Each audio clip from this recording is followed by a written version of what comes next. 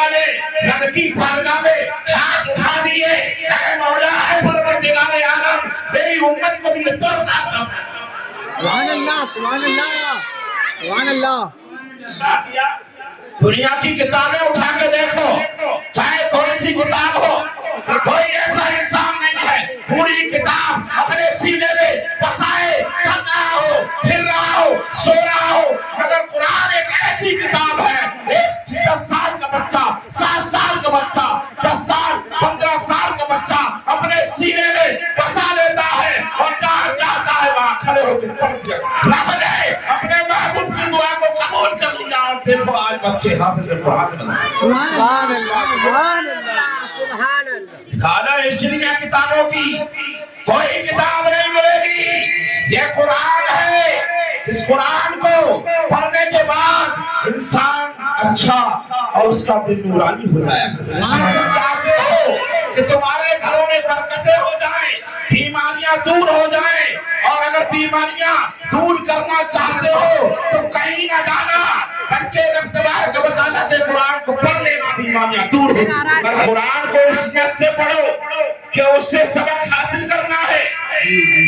जब तुम सबक हासिल करने की नियत से पढ़ोगे तो तुम उसके बारे में जानोगे, फिर तुम रब के बारे में जानोगे, रब के महबूब के बारे में जानोगे, रब तबारक व तआला ने हमको किस लिए भेजा है ये जानोगे।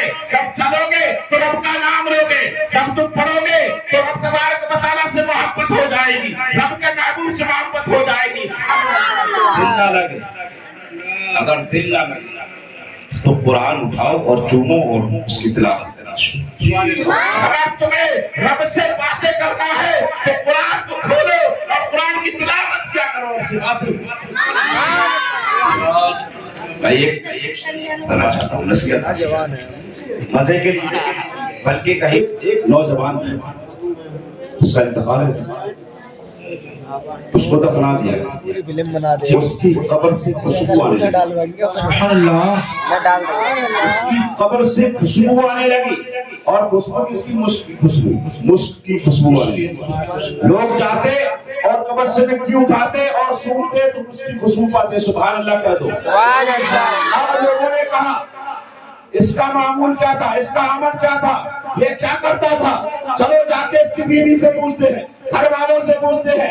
जब घर गए, जाने के बाद बीवी से पूछा अब बताओ तुम्हारे शौहर का क्या मामूल था, क्या अमल था, क्या करता था। तो कहने लगी मेरा शौहर छोटा सा दुकानदार था और उसकी दुकान थी, मगर एक मामूल था, सारे काम करता था, मगर सुबह सवेरे उठने के बाद को पड़ा हुआ नहीं था, बल्कि कुरान पे हर लाइन पर उंगलियां फेरता जाता था और अल्लाह का शुक्र अदा करता जाता था और कहता था ऐ मौला किस हाल में तूने रखा है, तेरा शुक्र है। बस यही अमल था और रब तबारक व तआला को उसका अमल पसंद आ गया, अल्लाह ने उसकी कब्र में दे हो रही है। कुरान की मोहब्बत की वजह से अगर जो बंदा कुरान को पढ़ लेगा और कुरान की तिलावत करेगा, अल्लाह तबारक व तआला दुनिया में भी उसे रोशन कर देगा, कब्र में भी उसकी कब्र को रोशन कर देगा और हश्र में भी उसका सर। सुभान अल्लाह। करनी है शहंशाहे अता की रज़ा जोई, कुछ अपने हो गए तुम पर बनकार। अस्सलाम वालेकुम।